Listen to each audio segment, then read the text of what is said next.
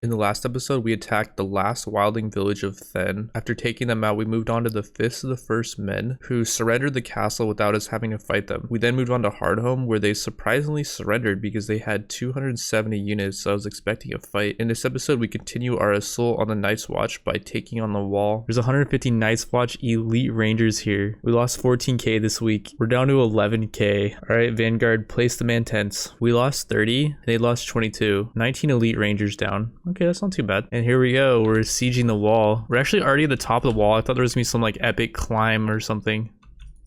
This is kind of anticlimactic. It's a really cool layout. Like down there is the other side of the wall. You would think there'd be some kind of climb or some kind of battle to get to the top, but it's all like pretty level, so this isn't looking too hard. It is a bit spicy though, because they do have a lot of archers, but we're managing to break through pretty well. They're actually not really holding much of a fight. We're kind of just slaying them at this point, and we've pretty much broken through, and that is it. A fairly disappointing siege, I would say, for such an epic landmark such as the wall. We lost 62, but I'm completely fine. I don't even care what we lost at this point. We took out 200 of them. A lot of them are wounded too. We really need to be able to sell them off. 60 elite rangers. Those are potentially units that I would just want to recruit. I don't even know if I want to sell them off. And ooh, they had a giant here. That's cool. Our other giant, I think, got killed, or he's in the garrison somewhere. And Castle Black only has 260 units here. No, you're not going to get in. Yes, I got him before he could get in. I would much rather fight him on the field than in the castle itself. Because on the field we have horses, and as you can see, the Night's Watch are all archers.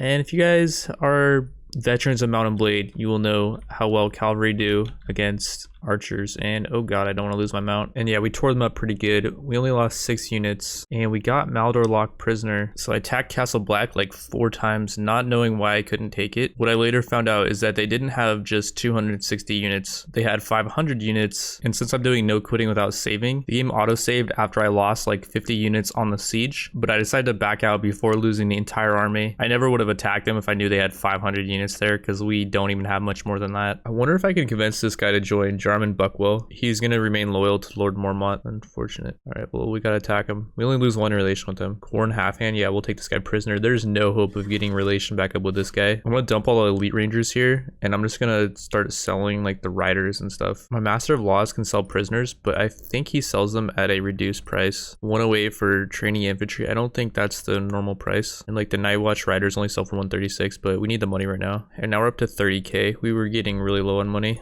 Oh man, we're losing a lot of units for morale. We lost a giant too. I think what we do right now is we go back to Frostfang, dump all our units here, and then we have to get our morale back up. Even having Night Watch units in our party lowers our morale, and that's because we're fighting against the Night Watch. And all right, I depoted all the units. Now we need to get our morale back up. If we buy everyone ale, it's only gonna cost 260. That's funny because I tried to do that when I had a full party of units, and it was gonna cost like 10k. We should take on these broken men too. I think that will boost our morale. And we got a random RNG event that gave us 10 morale. That's sweet. That never happens. Yeah, 15 more morale just for that crappy battle. And we're at Then. There's a prisoner seller guy here too. Would this guy have given us better prices? Yeah, I think so. 228 for Night Watch infantry, 121 for these crappy camp followers. We also did a feast and we gained 14 more morale. All right, so we enlisted another patrol for 9k. This one only gave us 113 units, but that's all right. Another thing I can do that I forgot about is I can give the wall to Sir Quincy Cox. He probably won't be able to hold that. Like, they're gonna take back the wall, I'm pretty sure. And even if they don't take back the wall and he just gets the wall now, that's completely fine. He'll put his garrison there. And I took Hardhome for myself and all these villages, as well as Fist of the First Men for myself. So my income actually should potentially be getting back to normal. But I think we can just walk by Castle Black and head over to like Eastwatch, and let's see what kind of garrison they have over here. 139. This should be pretty easy to take. Another thing we should do is go to the siege camp and fortify camp. We can also send foragers, and that alleviates some of our food problem. If we don't fortify the camp, then there's an RNG event that we can just lose the units randomly from. We lost 18 before the battle started, but they lost 14, so that's not too bad. And I think we'll just sit outside and bow them down. I think it would be better to do that than try to charge into them, because we don't really have a great melee charge lineup. And they're not all archers. Like, they do have a lot, but I think like half of them at least are melee units. Looks like we've taken out a lot of their archers. I'm gonna try to bait them out of the castle. This is one of those layouts that like they will charge out if we bait them hard enough. Basically the way I'm doing that is I'm sending in the melee units, and then once they get to the top, I'm pulling them back from the ladders. And a lot of time they'll charge out, like as you can see, they're kind of charging.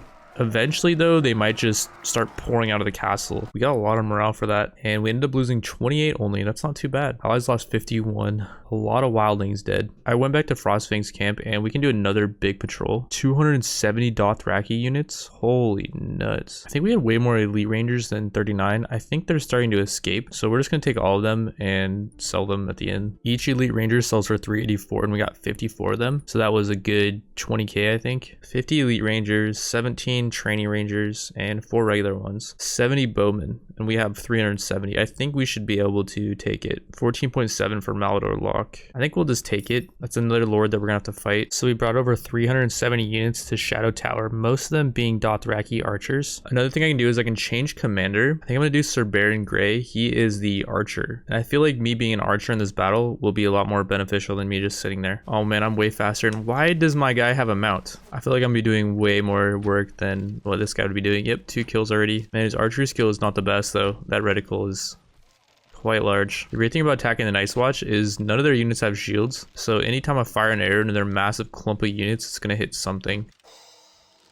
And Sir Baron Grey got a level up. When do I get more power draw? 5 level ups for this guy, 3 level ups, and I have a way better longbow for this guy once he has 18 strength. It's actually a pretty cool feature. This means that I don't have to invest any points in a power draw to actually be useful in sieges. And we finally broke through. We lost 78 units, but that's completely alright. We took out 117. I don't know why the skilled 10 champions cost 67 wages per week. We came across a grave of an old forgotten warrior and looted and pillaged the grave, which ended up losing us a massive 50 renown and 20 morale. We only have 60 renown, so we lost quite a big chunk of renown for doing that. So we beat the Night's Watch back to Castle Black, and they have around 1k Night's Watch units here, but it's looking like our next plan of action might be to attack the north. Last Hearth is really close by, and we're currently not the best in sieges. We have 78 Dothraki scouts with no bows, 150 outriders who do have bows, 120 horsemen which do have bows as well, and 49 raiders which also have bows. I did also pick up the rest of our mounted units that we have, like some exile knights, and I'm thinking before we attack Last Hearth, for example, maybe we'll just start abusing the North Lords and try to catch them out of position. Like, for example, Lord John Umber might be our first victim. He has a lot of northern units, but I think we can just mow them down with our Dothraki horde. If we attack him unprovoked, we lose 30 relation with them. Okay, we're not going to do that. We have to go back to Frostfang to declare war against them, and we can hire another patrol as well. And we're going to dispatch an emissary to Roose Bolton of the North, and we're going to declare war against him. Shadow Tower has been besieged by Lady Mormont of the North, who apparently is the wife of Lord Commander Mormont. She's